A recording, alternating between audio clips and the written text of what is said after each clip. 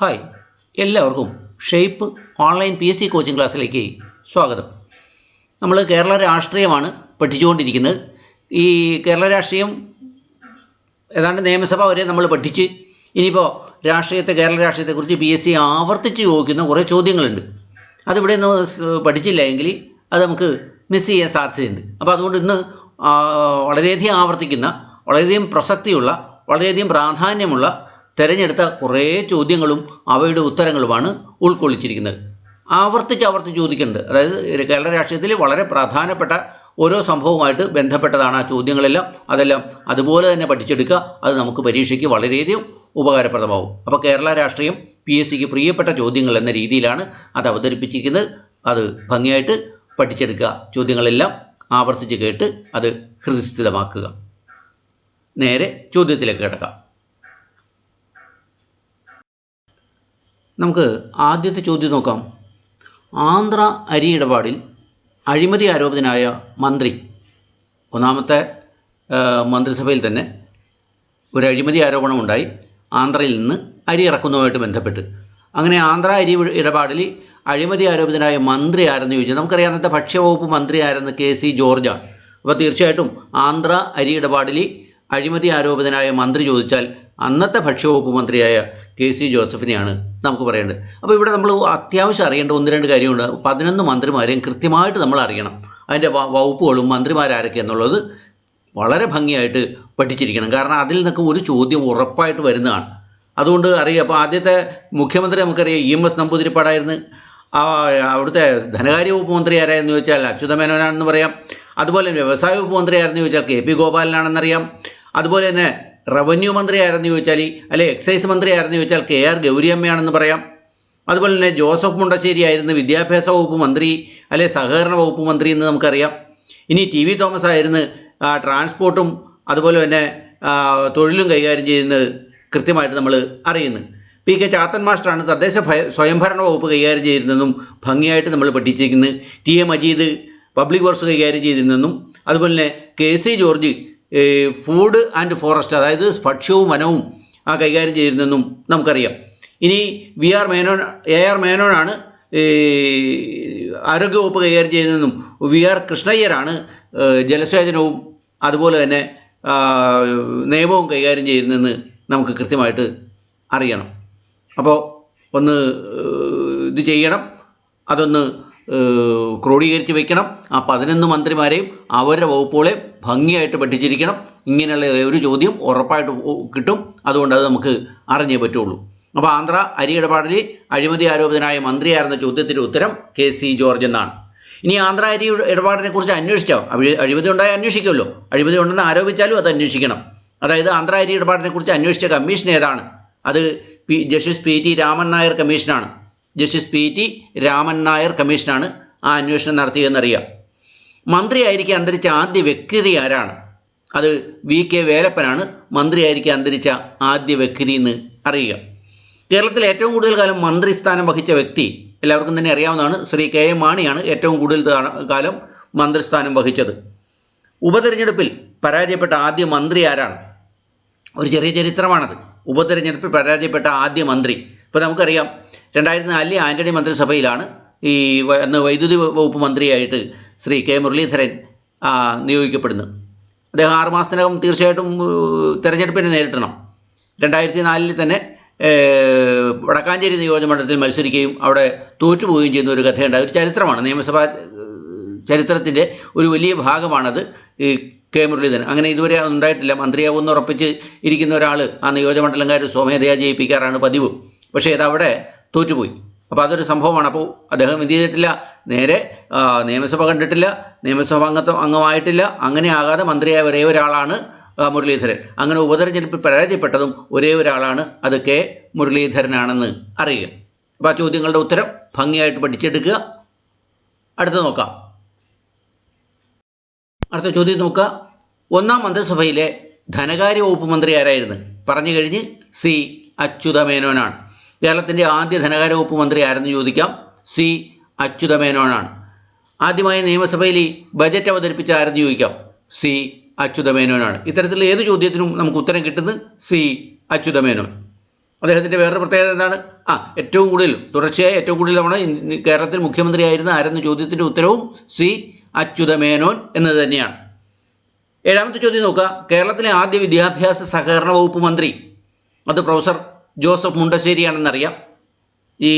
അത് ആവർത്തിക്കുന്നില്ല, കാരണം 11 മന്ത്രിമാരെയും അങ്ങനെ കൃത്യമായിട്ട് നമ്മൾ അറിയണം, അത് നമ്മൾ പഠിച്ചിട്ടുണ്ട്. അതുകൊണ്ട് അത് കൂടുതൽ ആവർത്തിക്കുന്നില്ല. ഒരാളെ കൂടി നോക്കുക. ആദ്യ വ്യവസായ വകുപ്പ് മന്ത്രി അത് ശ്രീ KP ഗോപാലനാണെന്ന് അറിയുക. ഇനി ഒന്നാം മന്ത്രിസഭയിലെ മന്ത്രി ദമ്പതികൾ ആരാണ് ചോദിച്ചിട്ടുണ്ട്. അതൊരു പ്രിയപ്പെട്ട ചോദ്യമാണ്. ഒന്നാം മന്ത്രിസഭയിലെ മന്ത്രി ദമ്പതികൾ അത് TV തോമസും KR ഗൗരിയമ്മയായിരുന്നെന്ന് അറിയുക.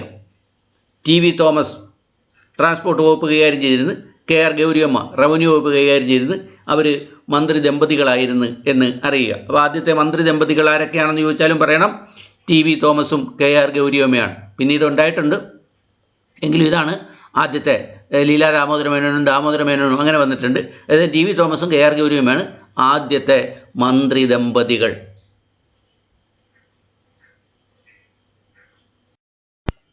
അടുത്ത ചോദ്യം, മന്ത്രിയായ ആദ്യ സിനിമാ താരം, കേരളത്തിൽ മന്ത്രിയായ ആദ്യ സിനിമാ താരം അല്ലെ സിനിമാ മേഖലയിൽ നിന്ന് ആദ്യ മന്ത്രിസ്ഥാനം നേടിയ വ്യക്തി ആരാണ്? ഈ ചോദ്യത്തിനൊക്കെ ഉത്തരം KB ഗണേഷ് കുമാർ എന്നാണ്. കേരളത്തിൽ മന്ത്രിയായ കേരളത്തിൽ നിന്ന് എടുത്ത് പറയണം, കാരണം അല്ലെങ്കിൽ മന്ത്രിയായ ആദ്യ സിനിമാ താരം എന്ന് പറഞ്ഞാൽ MG രാമചന്ദ്രൻ്റെ പേര് പറയേണ്ടി വരും, അല്ലെങ്കിൽ ആന്ധ്രയിൽ നിന്നുള്ള NT രാമറാവുവിൻ്റെ പേര് പറയേണ്ടി വരും. അവരെല്ലാം സിനിമാ മേഖലയിൽ നിന്ന് വന്ന് മന്ത്രിമാരായതാണ്. അപ്പോൾ ഇവിടെ കേരളത്തിൽ മന്ത്രിയായ ആദ്യ സിനിമാ താരം ചോദിച്ചാൽ KB ഗണേഷ് കുമാർ എന്നാണ് പറയേണ്ടത്. അവിശ്വാസ പ്രമേയത്തെ തുടർന്ന് രാജിവെച്ച ആദ്യ മന്ത്രി ആരാണ്? ആ ചോദ്യം വളരെ പ്രസക്തമാണ്. അവിശ്വാസ പ്രമേയത്തെ തുടർന്ന് രാജിവെച്ച ആദ്യ മന്ത്രി അത് ഒന്നാം EMS ഗവൺമെൻറ് ഇദ്ദേഹം AR മേനോൻ, ആരോഗ്യവകുപ്പ് കൈകാര്യം ചെയ്തിരുന്ന ഡോക്ടർ AR മേനോനാണ് അങ്ങനെ അവിശ്വാസ പ്രമേയത്തെ തുടർന്ന് രാജിവെച്ച ആദ്യ മന്ത്രി. കേരളത്തിൽ ഏറ്റവും കൂടുതൽ സത്യപ്രതിജ്ഞ ചെയ്ത മന്ത്രി ആരാണ്? അത് KM മാണിയാണ്. ഏറ്റവും കൂടുതൽ കാലം നിയമസഭയിൽ ഉണ്ടായിരുന്ന അദ്ദേഹമാണ്. ഏറ്റവും കൂടുതൽ തവണ സത്യപ്രതിജ്ഞ ചെയ്തതും അദ്ദേഹം തന്നെയാകാം, KM മാണി. ഏറ്റവും കൂടുതൽ തവണ ബജറ്റ് അവതരിപ്പിച്ചതും മന്ത്രി ആരെന്ന് ചോദിച്ചാലും അത് KM മാണിയാണ്. ഏറ്റവും ആദ്യം ബജറ്റ് അവതരിപ്പിച്ച ആരാണ്? അത് C അച്യുതമേനോനാണ്. ഏറ്റവും കൂടുതൽ തവണ ബജറ്റ് അവതരിപ്പിച്ചത് അത് KM മാണിയാണ്. ബജറ്റ് അവതരിപ്പിച്ച മുഖ്യമന്ത്രിമാരുണ്ട്, അത് നമ്മൾ പറഞ്ഞിട്ടുള്ളതാണ്. അതും കൂടി ഒന്ന് പഠിച്ചു പോവുക. അപ്പോൾ ഇങ്ങനെ ഏറ്റവും കൂടുതൽ തവണ ബജറ്റ് അവതരിപ്പിച്ച മന്ത്രി ചോദിച്ചാൽ അത് KM മാണി എന്നാണ് അതിൻ്റെ ഉത്തരം. അടുത്ത ചോദ്യം നോക്കുക. കേരളത്തിൽ ഏറ്റവും കുറച്ച് കാലം ഭരിച്ച മന്ത്രി ആരായിരുന്നു? ശ്രദ്ധിക്കുക, കേരളത്തിൽ ഏറ്റവും കുറച്ച് കാലം ഭരിച്ച മന്ത്രി അത് ശ്രീ MP വീരേന്ദ്രകുമാറാണ്. ഏറ്റവും കുറച്ച് കാലം ഭരിച്ച മന്ത്രി. ഏറ്റവും കൂടുതൽ കാലം ഭരിച്ച മുഖ്യമന്ത്രിനെ ചോദിക്കാം, അത് അറിയാമല്ലോ. 3 ഉത്തരവാണ് അതിനകത്തുള്ളത്. ഏറ്റവും കൂടുതൽ തവണ K കരുണാകരൻ, ഏറ്റവും കൂടുതൽ കാലം EK നായനാർ, ഏറ്റവും കൂടുതൽ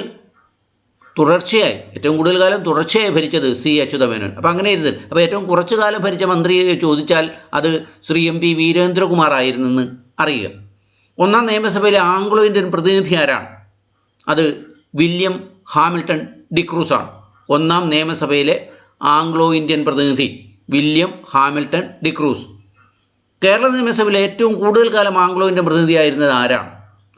കേരള നിയമസഭയിൽ ഏറ്റവും കൂടുതൽ കാലം ആംഗ്ലോ ഇന്ത്യൻ പ്രതിനിധിയായിരുന്നത് സ്റ്റീഫൻ പാദുവ ആണെന്നറിയാം. ഒന്നാം നിയമസഭയിലെ ഏറ്റവും പ്രായം കൂടിയ വ്യക്തി ആരായിരുന്നു? അത് ശ്രീ പട്ടം താണുപിള്ളയാണ്. ഒന്നാം നിയമസഭയിലെ ഏറ്റവും പ്രായം കൂടിയ വ്യക്തി ശ്രീ പട്ടം താണുപിള്ള. ഓർത്തിരിക്കുക.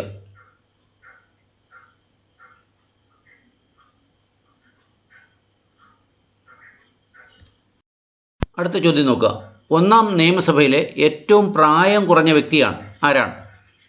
അത് K കരുണാകരനായിരുന്നു. ഒന്നാം നിയമസഭയിലെ ഏറ്റവും പ്രായം കൂടിയ വ്യക്തി പട്ടം താണുപിള്ളയാണ്. ഒന്നാം നിയമസഭയിലെ ഏറ്റവും പ്രായം കുറഞ്ഞ വ്യക്തി K കരുണാകരനാണെന്ന് അറിയുക. ഒന്നാം EMS മന്ത്രിസഭ പുറത്താക്കപ്പെടാനിടയായ സമരം ഏതാണ്? ഒന്നാം EMS മന്ത്രിസഭ പുറത്താക്കപ്പെടാനിടയായ സമരം നമുക്കറിയാം 1959 ഉണ്ടായ വിമോചന സമരമാണ് അതിന് കാരണം. അതിനെ തുടർന്നാണ് ആർട്ടിക്കിൾ 356 പ്രകാരം EMS മന്ത്രിസഭയെ ഇന്ത്യയിലാദ്യമായി പിരിച്ചുവിടപ്പെടുന്നത്. അപ്പോൾ വളരെ പ്രധാനപ്പെട്ട ഒരു രാഷ്ട്രീയ സംഭവമാണ്. ഒന്നാം EMS മന്ത്രിസഭ പുറത്താക്കപ്പെടുന്നത്. അതിനിടെയായ ഒരു സമരമുണ്ട്. ശ്രീ മന്നത്ത് പത്മനാഭൻ നേതൃത്വം നൽകിയ വിമോചന സമരമാണ് അതിന് കാരണമായത്. 20ാമത്തെ ചോദ്യം നോക്കുക. കോടതി വിധിയിലൂടെ നിയമസഭാംഗത്വം നഷ്ടപ്പെട്ട ആദ്യ വ്യക്തി ആരാണ്? അത് റോസമ്മ പുന്നൂസാണ്. റോസമ്മ പുന്നൂസിൻ്റെ കൗതുകം നമുക്കറിയാം. കേരളത്തിലെ നിയമസഭയിൽ ആദ്യമായിട്ട് സത്യപ്രതിജ്ഞ ചെയ്തത് റോസമ്മ പുന്നൂസാണ്. ആദ്യമായിട്ട് MLA ആയത് റോസമ്മ പുന്നൂസാണ്. അപ്പോൾ അങ്ങനെ കോടതി വിധിയിലൂടെ നിയമസഭാംഗത്വം നഷ്ടപ്പെട്ട ആദ്യ വ്യക്തി ചോദിച്ചാൽ അത് റോസമ്മ പുന്നൂസാണെന്ന് പറയുക. അടുത്ത ചോദ്യം നോക്കുക. ഈ നിയമസഭാംഗത്തെ രാജിവെച്ച ആദ്യ MLA ആരായിരുന്നു? കൗതുകമുള്ളൊരു ചോദ്യമാണ്. നിയമസഭാംഗത്തെ രാജിവെച്ച ആദ്യ MLA. അതിനുശേഷം പല MLA രാജിവെച്ചിട്ടുണ്ട്. അങ്ങനെ ആദ്യ MLA ആരാണ്? നിയമസഭാംഗത്തെ രാജിവെച്ച ആദ്യ MLA ശ്രീ CH മുഹമ്മദ് കോയയാണെന്ന് അറിയുക. നിയമസഭാംഗത്വം രാജിവെച്ച ആദ്യ MLA ശ്രീ CH മുഹമ്മദ് കോയ. അടുത്ത ചോദ്യം കേൾക്കുക. കേരളത്തിലെ ഏറ്റവും ദൈർഘ്യമേറിയ നിയമസഭ ഏതാണ്? അത് 4ാം നിയമസഭയാണെന്നറിയുക. കേരളത്തിലെ ഏറ്റവും ദൈർഘ്യമേറിയ നിയമസഭ നമ്മൾ പല പ്രാവശ്യം ഇത് കാണുന്നുണ്ട്. അച്യുതമേനോൻ മന്ത്രിസഭയാണ്, അല്ലെങ്കിൽ നിയമസഭ, അക്കാലത്ത് നിയമസഭയാണ്. അടിയന്തരാവസ്ഥ കാലത്തുണ്ടായ നിയമസഭയാണ്. 70 മുതൽ 77 വരെ ദൈർഘ്യമുണ്ടായിരുന്ന ഒരു നിയമസഭയാണ് കേരളത്തിലെ ഏറ്റവും ദൈർഘ്യമേറിയ നിയമസഭ. ഒന്നാമത്താണ് ഏറ്റവും ചെറുത്. കേരളത്തിലെ ഏറ്റവും ദൈർഘ്യമേറിയ നിയമസഭ എന്ന് ചോദിച്ചാൽ അത് 4ാം നിയമസഭയാണെന്നറിയുക. ഇനി ഏറ്റവും കുറച്ചു കാലം ഭരിച്ച മന്ത്രിസഭ ഏതാണ്? അത് 1977 കെ കരുണാകരൻ്റെ മന്ത്രിസഭയാണെന്നറിയുക. ഏറ്റവും കുറച്ചു കാലം ഭരിച്ച മന്ത്രിസഭ കെ കരുണാകരൻ. 77 കെ കരുണാകരൻ മന്ത്രിസഭയാണ് ഏറ്റവും കുറച്ചു കാലം ഭരിച്ച മന്ത്രിസഭ. ഏറ്റവും കുറച്ചു കാലം നിയമസഭാംഗമായിരുന്ന വ്യക്തി ആരാണ്? അത് C ഹാരിസിനാണ് റെക്കോർഡുള്ളത്. ഏറ്റവും കുറച്ചു കാലം നിയമസഭാംഗമായിരുന്ന വ്യക്തിയാണ് C ഹാരിസ്. ഏറ്റവും കുറഞ്ഞ ഭൂരിപക്ഷം നേടിയ വ്യക്തി ആരാണ്? അത് ശ്രീ A അസീസിൻ്റെ പേരിലാണെന്ന് കഴിഞ്ഞ പ്രാവശ്യം തന്നെ നമ്മൾ പറഞ്ഞതാണ്. ഏറ്റവും കുറഞ്ഞ ഭൂരിപക്ഷം നേടിയത് A അസീസ്. ഏറ്റവും കുറച്ചു കാലം നിയമസഭാംഗമായിരുന്നത് C ഹാരിസ്. ഏറ്റവും കുറച്ചു കാലം ഭരിച്ച മന്ത്രിസഭ കെ കരുണാകരൻ. 1977 കെ കരുണാകരൻ മന്ത്രിസഭ. ഏറ്റവും ദൈർഘ്യമേറിയ നിയമസഭ 4ാം നിയമസഭ. 1970 മുതൽ 77 വരെ ഉണ്ടായിരുന്ന 4ാം നിയമസഭ. അപ്പോൾ ഇത്തരം കാര്യങ്ങൾ അതൊന്ന് ഭംഗിയായിട്ട് പഠിക്കുക.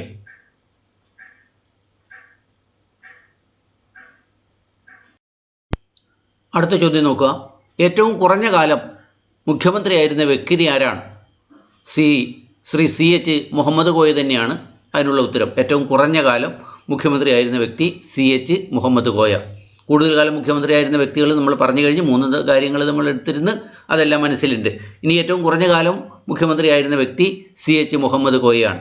ഏറ്റവും അധികകാലം മന്ത്രിയായ വ്യക്തി ചോദിക്കാം. അത് ശ്രീ KM മാണിയാണ്. ഏറ്റവും അധികകാലം ധനകാര്യ വകുപ്പ് മന്ത്രിയായിരുന്ന വ്യക്തി, ഏറ്റവും അധികകാലം മന്ത്രിയായ വ്യക്തി, ഏറ്റവും അധികകാലം സത്യപ്രതിജ്ഞ ചെയ്ത വ്യക്തി, ഏറ്റവും കൂടുതൽ തവണ സത്യപ്രതിജ്ഞ ചെയ്ത വ്യക്തി, ഇതെല്ലാം ശ്രീ മാണിക്കാണ് ആ റെക്കോർഡ്.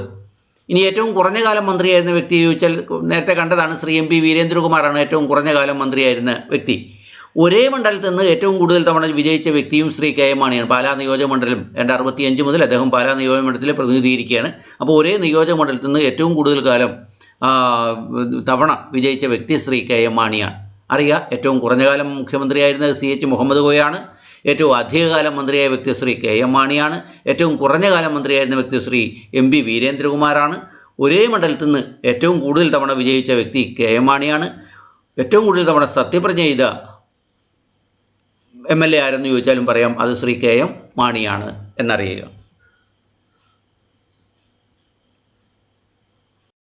അടുത്ത ചോദ്യം നോക്കുക. കേരള നിയമസഭയിലേക്ക് എതിരില്ലാതെ തിരഞ്ഞെടുക്കപ്പെട്ട ഏക വ്യക്തി. ഓർത്തിരിക്കണം, അത് പല പ്രാവശ്യം PSC ആവർത്തിച്ചിട്ടുണ്ട് ആ ചോദ്യം. കേരള നിയമസഭയിലേക്ക് എതിരില്ലാതെ തിരഞ്ഞെടുക്കപ്പെട്ട ഏക വ്യക്തി ശ്രീ ഉമേഷ് റാവു ആണ്. മഞ്ചേശ്വരത്ത് നിന്ന് ഓർത്തിരിക്കണം, ഉമേഷ് റാവു. ഏറ്റവും അധികം തവണ ബജറ്റ് അവതരിപ്പിച്ച വ്യക്തി നേരത്തെ തന്നെ കണ്ടു കഴിഞ്ഞൊരു ചോദ്യമാണ്. ഏറ്റവും അധികം തവണ ബജറ്റ് അവതരിപ്പിച്ചത് KM മാണിയാണ്. 12-13 തവണ അദ്ദേഹം ബജറ്റ് അവതരിപ്പിച്ചിട്ടുണ്ട്. ഏറ്റവും പ്രായം കൂടിയ നിയമസഭാ അംഗം ചോദിക്കാം. അത് ശ്രീ VS അച്യുതാനന്ദനായിരുന്നു ഏറ്റവും പ്രായം കൂടിയ നിയമസഭാ അംഗം. ഏറ്റവും പ്രായം കുറഞ്ഞ അല്ലെങ്കിൽ ഏറ്റവും കുറഞ്ഞ പ്രായത്തിൽ നിയമസഭാംഗമായ വ്യക്തി ശ്രീ R ബാലകൃഷ്ണപിള്ളയാണ്. 1ാം നിയമസഭയിലെ ഏറ്റവും പ്രായം കുറഞ്ഞ വ്യക്തി ശ്രീ കരുണാകരനാണ്. എന്നാൽ ഏറ്റവും കുറഞ്ഞ പ്രായത്തിൽ നിയമസഭാംഗമായ വ്യക്തി എന്ന് ചോദിച്ചാൽ അത് R ബാലകൃഷ്ണപിള്ളയാണ്. നിയമസഭംഗമാകുകയോ നിയമസഭയെ അഭിമുഖീകരിക്കുകയോ ചെയ്യാതെ മന്ത്രിയായ വ്യക്തി നമ്മൾ നേരത്തെ കണ്ടതാണ്, ശ്രീ കെ മുരളീധരനാണത്. അദ്ദേഹം നിയമസഭാംഗമായിട്ടില്ല, മത്സരിച്ച് തോറ്റുപോയി. അതുപോലെ തന്നെ അതുകൊണ്ട് തന്നെ നിയമസഭ അഭിമുഖീകരിക്കുകയും ചെയ്യേണ്ടുന്ന അവസ്ഥ വന്നിട്ടില്ല.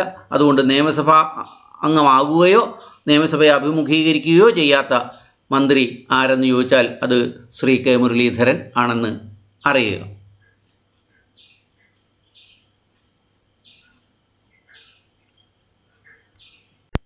അടുത്ത ചോദ്യം നോക്കുക. 5ാം നിയമസഭയുടെ കാലത്ത് നിലവിൽ വന്ന മന്ത്രിസഭകളുടെ എണ്ണം 4 മന്ത്രിസഭകളാണ്. വളരെ കൗതുകമുള്ളൊരു കാര്യമാണ്. കാരണം ഒരു നിയമസഭയുടെ കാലത്ത് സാധാരണ ഒരു മന്ത്രിസഭയാണ് ഉണ്ടാകാറ്, ഇനി 2ആകട്ടെ. പക്ഷേ ഇതൊരു ചരിത്രമാണ്. നിയമസഭ ചരിത്രത്തിൻ്റെ വലിയൊരു ഭാഗമാണ്. 5ാം നിയമസഭയുടെ കാലത്ത് 4 മന്ത്രിസഭകൾ നിലവിൽ വന്നു. അത് ആ മുഖ്യമന്ത്രിമാരെ ഒന്ന് കണ്ടിരിക്കുന്നത് നല്ലതാണ്. അത് ആദ്യമായിട്ട് കരുണാകരനാണ് 77-ൽ മുഖ്യമന്ത്രിയായത്. 1 മാസം കഴിഞ്ഞ് എ കെ ആൻ്റണി മുഖ്യമന്ത്രിയായി. വീണ്ടും 1.5 വർഷം കഴിഞ്ഞപ്പോഴാണ് പി കെ വാസുദേവൻ നായർ മുഖ്യമന്ത്രിയായത്. അതിനുശേഷം നിയമസഭ തീരാനായിട്ട് ഏതാണ്ട് 15 ദിവസം ബാക്കിയുള്ളപ്പോഴാണ് CH മുഹമ്മദ് കോയ മുഖ്യമന്ത്രിയായി കസേരയിലെത്തിയത്. അപ്പോൾ അതൊന്നറിയണം. 4 മുഖ്യമന്ത്രിമാർ 5ാം നിയമസഭയുടെ കാലത്ത്. ആദ്യം കെ കരുണാകരൻ, രണ്ടാമത് എ കെ ആൻ്റണി, പിന്നീട് പി കെ വാസുദേവൻ നായർ, അതിനുശേഷം CH മുഹമ്മദ് കോയ. ആ 4 മുഖ്യമന്ത്രിമാരെന്ന് അറിയണം. 5ാം നിയമസഭയ്ക്ക് കാലത്തുണ്ടായിരുന്ന 4 മുഖ്യമന്ത്രിമാർ: Karunakaran, Antony, P K Vasudevan Nair, CH Muhammad Koya. ഈ 4 പേര് മുഖ്യമന്ത്രിമാരായത് ഈ 5ാം നിയമസഭയുടെ കാലത്താണ്. അതായത് 5 വർഷത്തിനുള്ളിൽ 4 മുഖ്യമന്ത്രിമാർ. അതായിരുന്നു അതിൻ്റെ ഒരു കൗതുകമുള്ള കാര്യം. ഇനി 37ാമത്തെ ചോദ്യമാണ്. ഇന്ത്യൻ പ്രസിഡൻ്റായ ആദ്യമായി ഒരു സംസ്ഥാനത്ത് നിയമസഭയിൽ പ്രസംഗിച്ചത് എവിടെയാണ്? ഇന്ത്യൻ പ്രസിഡൻറ്റ് ആദ്യമായി ഒരു സംസ്ഥാന നിയമസഭയിൽ പ്രസംഗിച്ചത് കേരളത്തിലാണ് എന്ന് കൃത്യമായിട്ട് അറിയുക. സാധാരണ പ്രസിഡന്റുമാരങ്ങനെ നിയമസഭയിൽ പോയി സംസാരിക്കാറില്ല. അങ്ങനെ ഇന്ത്യൻ രാജ്യത്ത് ഏതെങ്കിലും ഒരു സംസ്ഥാനത്ത് ആദ്യമായി ഒരു നിയമസഭയിൽ പ്രസംഗിച്ച ആ നിയമസഭ ഇവിടെ കേരള നിയമസഭയായിരുന്നു. അതിൻ്റെ പ്രാധാന്യം നമുക്കറിയാം. ശ്രീ KR നാരായണനായിരുന്നു അന്ന് 1997 സെപ്റ്റംബർ 18-ന് അന്നത്തെ പ്രസിഡൻ്റായിരുന്ന രാഷ്ട്രപതിയായിരുന്ന ശ്രീ KR നാരായണനാണ് കേരള നിയമസഭയെ അഭിസംബോധന ചെയ്തതെന്ന് അറിയുക. അപ്പോൾ ഇന്ത്യൻ പ്രസിഡൻറ്റ് ആദ്യമായി ഒരു സംസ്ഥാന നിയമസഭയിൽ പ്രസംഗിച്ചത് കേരളത്തിലാണ്. അദ്ദേഹത്തിന് കൊടുത്ത ഒരു സ്വീകരണമാണ്, രാഷ്ട്രപതി അതിനെ അനുമോദിച്ചുകൊണ്ട് കേരള നിയമസഭ കൊടുത്ത ഒരു സ്വീകരണമാണ്. ആ സ്വീകരണത്തിലാണ് അദ്ദേഹം അവിടെ സംസാരിച്ചതെന്ന് അറിയുക.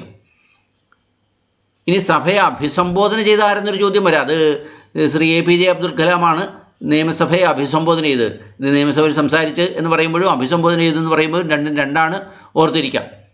ഇനി MLA ആയി സത്യപ്രതിജ്ഞ ചെയ്തിട്ടും 12ാം നിയമസഭയിൽ ഒരു ദിവസം പോലും പങ്കെടുക്കാൻ സാധിക്കാതിരുന്ന ഒരു വ്യക്തിയുണ്ട്.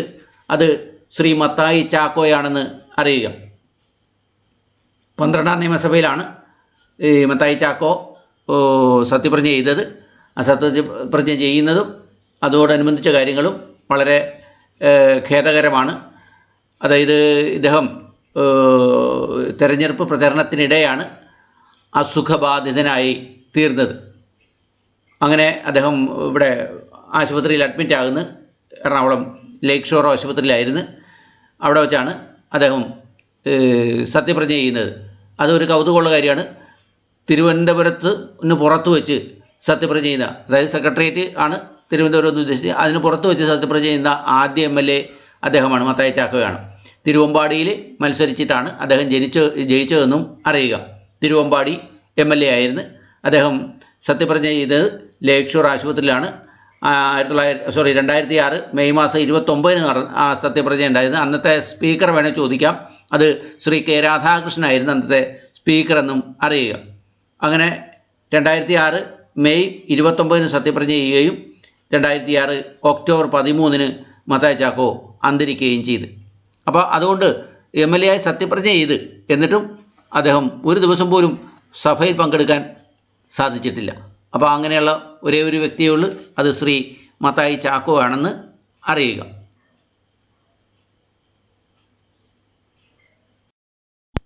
നിയമസഭയുടെ ചരിത്രത്തിൽ കൂറുമാറ്റ നിരോധന നിയമപ്രകാരം ആദ്യമായി പുറത്താക്കപ്പെട്ട വ്യക്തി R ബാലകൃഷ്ണപിള്ളയാണ്.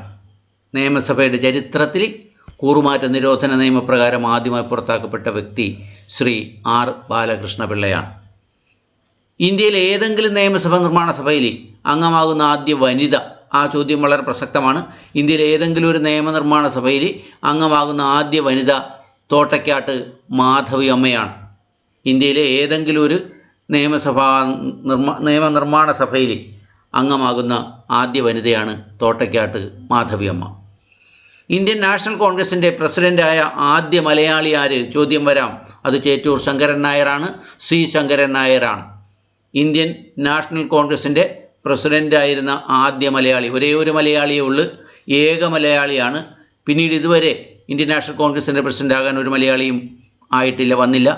ഇന്ത്യൻ നാഷണൽ കോൺഗ്രസിൻ്റെ പ്രസിഡൻ്റായ ഏക മലയാളി, ആദ്യ മലയാളി ചേറ്റൂർ ശങ്കരൻ നായരാണ്. നിയമസഭയുടെ ചരിത്രത്തിൽ കൂറുമാറ്റ, അത് കൃത്യമായിട്ട് അറിയണം, കൂറുമാറ്റ നിരോധന നിയമപ്രകാരം ആദ്യമായി പുറത്താക്കപ്പെട്ട വ്യക്തി ശ്രീ ആർ ബാലകൃഷ്ണപിള്ളയാണ്. ഇന്ത്യയിൽ ഏതെങ്കിലും നിയമനിർമ്മാണ സഭയിൽ അംഗമാകുന്ന ആദ്യ വനിത തോട്ടയ്ക്കാട്ട് മാധവി അമ്മയാണെന്നറിയണം. ഇന്ത്യൻ നാഷണൽ കോൺഗ്രസിൻ്റെ പ്രസിഡൻ്റായ ആദ്യ മലയാളി ശ്രീ ചേറ്റൂർ ശങ്കരൻ നായരാണെന്നും അറിയുക. അടുത്ത ചോദ്യം നോക്കുക. കൊച്ചി, തിരുക്കൊച്ചി, കേരള നിയമസഭകളിലും രാജ്യസഭ, ലോകസഭ എന്നിവിടങ്ങളിലൊക്കെ അംഗമാകാൻ അവസരം ലഭിച്ച മലയാളി ആരാണ്? കേൾക്കുക. കൊച്ചി, തിരുക്കൊച്ചി, കേരള നിയമസഭ, രാജ്യസഭ, ലോകസഭ എന്നിവിടങ്ങളിലൊക്കെ അംഗമാകാൻ അവസരം ലഭിച്ച ഒരേ ഒരു മലയാളിയുള്ളത് അത് കെ കരുണാകരനാണെന്ന് അറിയുക. കൊച്ചി നിയമസഭ, തിരുക്കൊച്ചി നിയമസഭ, കേരള നിയമസഭ, ലോകസഭ, രാജ്യസഭ എന്നിവിടങ്ങളിലൊക്കെ അംഗമാകാൻ അവസരം ലഭിച്ച മലയാളിയാണ് ശ്രീ കെ കരുണാകരൻ. അതുപോലെ രാജ്യത്ത് ആദ്യമായി ഇലക്ട്രോണിക് വോട്ടിംഗ് യന്ത്രം പരീക്ഷിച്ചത് എവിടെയാണ്? അത് പറവൂരാണെന്നറിയാം. രാജ്യത്ത് ആദ്യമായിട്ട്, ഇന്നിപ്പോൾ എല്ലാം ഇലക്ട്രോണിക്സ് വോട്ടിംഗ് യന്ത്രമാണ്, അത് ആദ്യമായി പരീക്ഷിച്ചത് അത് പറവൂരാണ്. 1987 നിയമസഭാ തെരഞ്ഞെടുപ്പിൽ പറവൂരാണത് പരീക്ഷണാർത്ഥം ഉപയോഗിച്ചത്. രാജ്യത്ത് ആദ്യമായി ഇലക്ട്രോണിക് വോട്ടിംഗ് യന്ത്രം പരീക്ഷിച്ചത് പറവൂരാണ്, വടക്കം പറവൂരാണ് അത് ആദ്യമായിട്ട് ഉപയോഗിച്ചത്. രണ്ടാം കേരള നിയമസഭയിൽ അംഗമായിരുന്ന ദമ്പതികൾ. ഒന്നാം കേരള നിയമസഭയിൽ അംഗമായിരുന്ന ദമ്പതികളെ നമുക്കറിയാം, അത് ടി വി തോമസും കെ ആർ ഗൗരിയമ്മയാണ്. എന്നാൽ രണ്ടാം കേരള നിയമസഭയിൽ അംഗമായിരുന്ന ദമ്പതികളാണ് കെ എ ദാമോദര മേനോനും ലീല ദാമോദര മേനോനും. മറന്നുപോകാതെ പഠിക്കുക. ഒന്നാം കേരള നിയമസഭയിൽ അംഗമായിരുന്ന ദമ്പതികൾ ടി വി തോമസും കെ ആർ ഗൗരിയമ്മയും. രണ്ടാം കേരള നിയമസഭയിൽ അംഗമായിരുന്ന ദമ്പതികളാണ് കെ എ ദാമോദര മേനോനും ലീല ദാമോദര മേനോനും. ഇനി അത് ഇങ്ങനെ ഓർക്കുക. രണ്ട് ദമ്പതികളാണ് ഇപ്പോൾ സാധാരണ രീതിയിൽ നമ്മൾ കണ്ടത്. ഒന്ന് ടി വി തോമസും കെ ആർ ഗൗരിയമ്മയും, രണ്ട് കെ എ ദാമോദര മേനോനും ലീല ദാമോദര മേനോനും. അതൊന്ന് ഓർത്തിരിക്കാം.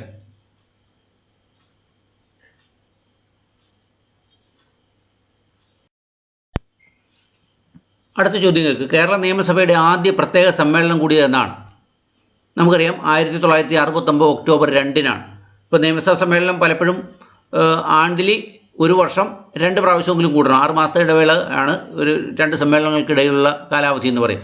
അപ്പോൾ 2 പ്രാവശ്യമെങ്കിലും കൂടിയിരിക്കണം. ഇതിവിടെ അതിനിടയ്ക്ക് തന്നെ പ്രത്യേക നിയമസഭാ സമ്മേളനവും, ഇപ്പോൾ കോവിഡുമായിട്ട് ബന്ധപ്പെട്ട് പ്രത്യേക നിയമസഭാ സമ്മേളനം കൂടി ഈ അടുത്ത കാലത്ത് തന്നെ നമ്മൾ കണ്ടതാണ്. അങ്ങനെ പ്രത്യേക നിയമസഭാ സമ്മേളനം അത്യാവശ്യ അടിയന്തര കാര്യങ്ങളിലൊക്കെ ചെയ്യാറുണ്ട്. എന്നാൽ ഇങ്ങനെ കേരള നിയമസഭയുടെ ആദ്യ പ്രത്യേക സമ്മേളനം കൂടിയത് എന്നാണെന്ന ചോദ്യത്തിന് 1969 ഒക്ടോബർ 2-നാണ്. അതിൻ്റെ പ്രാധാന്യം നമുക്കറിയാം.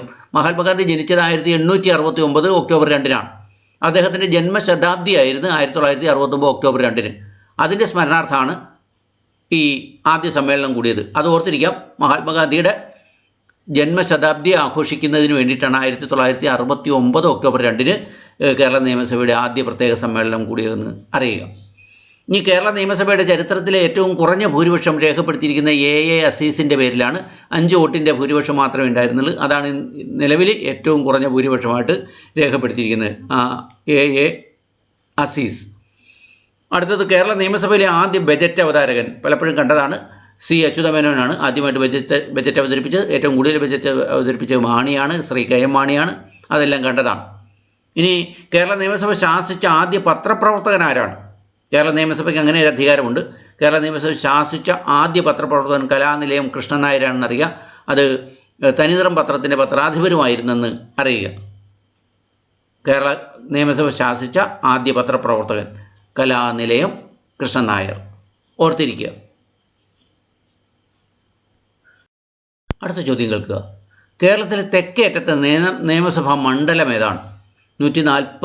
40 നിയമസഭാ മണ്ഡലങ്ങളാണിന്ന് കേരളത്തിലുള്ളത്. അതിലേറ്റവും തെക്കേ അറ്റത്തെ നിയമസഭാ മണ്ഡലം പാറശാല മണ്ഡലമാണെന്ന് അറിയുക. പാറശാല. കേരളത്തിലെ ഏറ്റവും വടക്കേ അറ്റത്തെ നിയമസഭാ മണ്ഡലം ഏതാണ്? അത് മഞ്ചേശ്വരം. വയനാട് ജില്ലയിലുള്ള കാസർഗോഡ് ജില്ലയിലുള്ള മഞ്ചേശ്വരമാണ് കേരളത്തിലെ വടക്കേ അറ്റത്തെ നിയമസഭാ മണ്ഡലം. ഇത് തിരുവനന്തപുരം ജില്ലയിലാണ്. തെക്കേ അറ്റത്ത് പാറശാല, വടക്കേ അറ്റത്ത് കാസർഗോഡ് ജില്ലയിലാണ്. അത് മഞ്ചേശ്വരം നിയമസഭാ മണ്ഡലമാണെന്ന് അറിയുക. നിയമസഭാ മണ്ഡലം ഏറ്റവും കുറവുള്ള ജില്ല ഏതെന്ന് ചോദിക്കാം. അത് വയനാടാണെന്ന് അറിയുക. നിയമസഭാ മണ്ഡലങ്ങളിൽ ഏറ്റവും കുറവുള്ള ജില്ല വയനാടാണ്. കേരള നിയമസഭയുടെ ഇപ്പോഴത്തെ മന്ദിരം ഉദ്ഘാടനം ചെയ്തത് എന്നാണെന്ന് ചോദ്യം വരാം. അത് 1988 മെയ് മാസം 22 അറിയുക. അത്തരം ചോദ്യങ്ങളൊന്നുകൂടെ നോക്കുക. കേരളത്തിലെ തെക്കേറ്റത്തെ നിയമസഭാ മണ്ഡലം ഏതാണ്? അത് പാറശാല നിയമസഭാ മണ്ഡലമാണ്. എന്നാൽ കേരളത്തിലെ ഏറ്റവും വടക്കേറ്റത്തുള്ള നിയമസഭാ മണ്ഡലം ഏതാണ്? അത് മഞ്ചേശ്വരം നിയമസഭാ മണ്ഡലമാണ്. നിയമസഭാ മണ്ഡലം ഏറ്റവും കുറവുള്ള ജില്ല നമുക്കറിയാം, ചെറിയ ജില്ലയാണ്, വയനാടാണ്. കുറവ്, ജനസംഖ്യയും കുറവാണ്. അതുകൊണ്ട് നിയമസഭാ മണ്ഡലവും കുറവാണ്.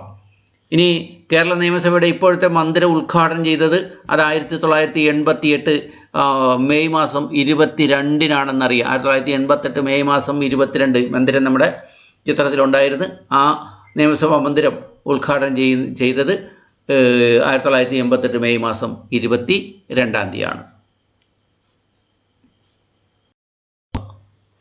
കേരളത്തിലെ രാജ്യസഭാ സീറ്റുകളുടെ എണ്ണം എത്രയാണ്? കേരളത്തിലെ രാജ്യസഭാ സീറ്റുകളുടെ എണ്ണം 9. ലോക്സഭാ സീറ്റുകളുടെ എണ്ണം 20 അറിയുക. 9 രാജ്യസഭാ സീറ്റുകളാണ് കേരളത്തിലുള്ളത്. അതായത് 9 MP-മാരെ നമ്മൾ രാജ്യസഭയിലേക്ക് തിരഞ്ഞെടുക്കുന്നു എന്നർത്ഥം. അപ്പോൾ കേരളത്തിലെ രാജ്യസഭാ സീറ്റുകളുടെ എണ്ണം ചോദിച്ചാൽ, അല്ലെങ്കിൽ കേരളത്തിലെ എത്ര MP-മാർ രാജ്യസഭയിലേക്ക് തിരഞ്ഞെടുക്കപ്പെടുന്നു എന്ന് ചോദിച്ചാൽ അതിനുത്തരം 9 എന്നാണ്. കേരളത്തിലെ ആദ്യ മന്ത്രിസഭയിലെ അംഗങ്ങളുടെ എണ്ണം എത്രയാണ്? പല പ്രാവശ്യം പഠിച്ചതാണ്. 11 മന്ത്രിമാരാണ് ഒന്നാം മന്ത്രിസഭയിലുള്ളത്. അല്ലെ, കേരളത്തിലെ ആദ്യ മന്ത്രിസഭയിലെ അംഗങ്ങളുടെ എണ്ണം പലപ്പോഴും ചോദിച്ചിട്ടുണ്ട്. അത് 11 പേരാണെന്ന് അറിയണം. ഒന്നാം മന്ത്രിസഭ ഞാൻ പല പ്രാവശ്യം പറഞ്ഞു, വളരെ പ്രധാനപ്പെട്ടതാണ്. അത് മുഴുവൻ പഠിച്ചിരിക്കണം. 11 പേരും അവർ കൈകാര്യം ചെയ്തിരുന്ന വകുപ്പുകളെയും പഠിക്കണം. അപ്പോൾ കേരളത്തിലെ ആദ്യ മന്ത്രിസഭയിലെ അംഗങ്ങളുടെ എണ്ണം ചോദിച്ചാൽ പറയേണ്ടത് 11 എന്നാണ്. കേരളത്തിൽ ലക്ഷം വീട് പദ്ധതി നടപ്പാക്കിയ മന്ത്രി ആരാണ്? അതും പ്രത്യേകം അറിയേണ്ട ഒരു ചോദ്യമാണ്. പല പ്രാവശ്യം ആവർത്തിക്കുന്ന ഒരു ചോദ്യമാണ്. ലക്ഷം വീട് പദ്ധതി നടപ്പിലാക്കിയ മന്ത്രി എം.എൻ. ഗോവിന്ദൻ നായരാണ്. അന്ന് മന്ത്രിയാണ് അദ്ദേഹം. അത് ഏത് മുഖ്യമന്ത്രിയുടെ കീഴിലാണെന്ന് ചോദിച്ചാൽ അച്യുതമേനോൻ മുഖ്യമന്ത്രിയായിരുന്ന മന്ത്രിസഭയുടെ കീഴിലാണ് ഈ ലക്ഷം വീട് പദ്ധതി കേരളത്തിൽ നടപ്പാക്കിയത്. അത് നടപ്പാക്കിയാൽ ആ വകുപ്പിൻ്റെ ചുമതല ഉണ്ടായിരുന്ന മന്ത്രി എം.എൻ. ഗോവിന്ദൻ നായർ ആണെന്ന് അറിയുക. അപ്പോൾ ലക്ഷം വീട് പദ്ധതി നടപ്പാക്കിയ മന്ത്രി ചോദിക്കാം, അത് എം.എൻ. ഗോവിന്ദൻ നായരാണ്. ലക്ഷം വീട് പദ്ധതി നടപ്പാക്കുമ്പോൾ കേരളത്തിലെ മുഖ്യമന്ത്രി ആരെന്ന് ചോദിക്കാം, അത് സി അച്യുതമേനോനാണെന്നും അറിയുക. അടുത്ത ചോദ്യം കേൾക്കുക. ലോക്സഭയിലെ ആദ്യത്തെ പ്രതിപക്ഷ നേതാവ് ഒരു മലയാളിയായിരുന്നു. ആരാണത്? അത് ശ്രീ A.K. ഗോപാലനാണെന്ന് അറിയുക. ലോക്സഭയിലെ ആദ്യത്തെ പ്രതിപക്ഷ നേതാവ് ഒരു മലയാളിയായിരുന്നു. അദ്ദേഹം ആരെന്നുള്ള ചോദ്യമാണ് വരുന്നത്. അത് ശ്രീ A.K. ഗോപാലനാണെന്ന് അറിയുക. അടുത്ത ചോദ്യം കേൾക്കുക. മൈത്രി ഭവന പദ്ധതിയിൽ ആരോപണ വിധേയനായ ഒരു മന്ത്രിയുണ്ട്. മൈത്രി ഭവന നിർമ്മാണ പദ്ധതി, ഇപ്പോൾ ലൈഫുണ്ട്, അങ്ങനെ പല ഭവന നിർമ്മാണ പദ്ധതി, ഇന്ദിരാവാസ യോജന, പല പല പല പദ്ധതികളുണ്ട്. അങ്ങനെ ഒരു പദ്ധതിയായിരുന്നു മൈത്രി ഭവന നിർമ്മാണ പദ്ധതി. ഈ മൈത്രി ഭവന നിർമ്മാണ പദ്ധതിയിലെ ആരോപണ വിധേയനായ മന്ത്രി ആരെന്ന് ചോദിച്ചാൽ അത് ശ്രീ P.J. ജോസഫ് ആയിരുന്നെന്ന് അറിയുക. അപ്പോൾ മൈത്രി ഭവന നിർമ്മാണ പദ്ധതിയിലെ അഴിമതി ആരോപിതനായ മന്ത്രി ആരാണ്? P.J. ജോസഫാണ്. പല പ്രാവശ്യം ആവർത്തിച്ചിട്ടുള്ള ചോദ്യം.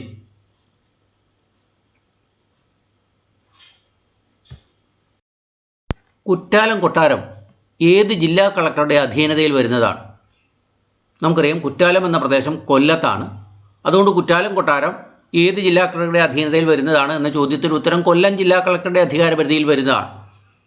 കൊല്ലം ജില്ലാ കളക്ടറുടെ, അത് പ്രത്യേകം ഓർത്തിരിക്കുക. അതുപോലെ തന്നെ 55-ാമത്തെ അടുത്ത ചോദ്യമാണ്. സംസ്ഥാനത്തെ ഏറ്റവും ഉയർന്ന ഉദ്യോഗസ്ഥൻ, പല പ്രാവശ്യം PSC ചോദിച്ചിരിക്കുന്നത്. സംസ്ഥാനത്തെ ഏറ്റവും ഉയർന്ന ഉദ്യോഗസ്ഥൻ അത് ചീഫ് സെക്രട്ടറി ആണെന്ന് അറിയുക. സംസ്ഥാന ഗവൺമെൻറ്റിൻ്റെ ഏറ്റവും ഉയർന്ന ഉദ്യോഗസ്ഥനാണ് ചീഫ് സെക്രട്ടറി. അല്ലെങ്കിൽ സംസ്ഥാനത്തെ ഏറ്റവും ഉയർന്ന ഉദ്യോഗസ്ഥൻ എന്ന് ചോദിച്ചാലും അതും ചീഫ് സെക്രട്ടറി എന്നാണ് അറിയപ്പെടുന്നത്. ഇനി 56-ാമത്തെ ചോദ്യം, ഔദ്യോഗിക പദവിയിലിരിക്കെ അന്തരിച്ച ആദ്യ കേരള ഗവർണർ ആരാണ്? പല പ്രാവശ്യം കണ്ടതാണ് നമ്മൾ. ഔദ്യോഗിക പദവിയിലിരിക്കെ അന്തരിച്ച ആദ്യ കേരള ഗവർണർ സിക്കന്ദർ ഭക്താണ്. രണ്ടാമത് ഒരാളൂടെ മരിച്ചിട്ടുണ്ട്, അത് MOH ഫാറൂഖാണ്.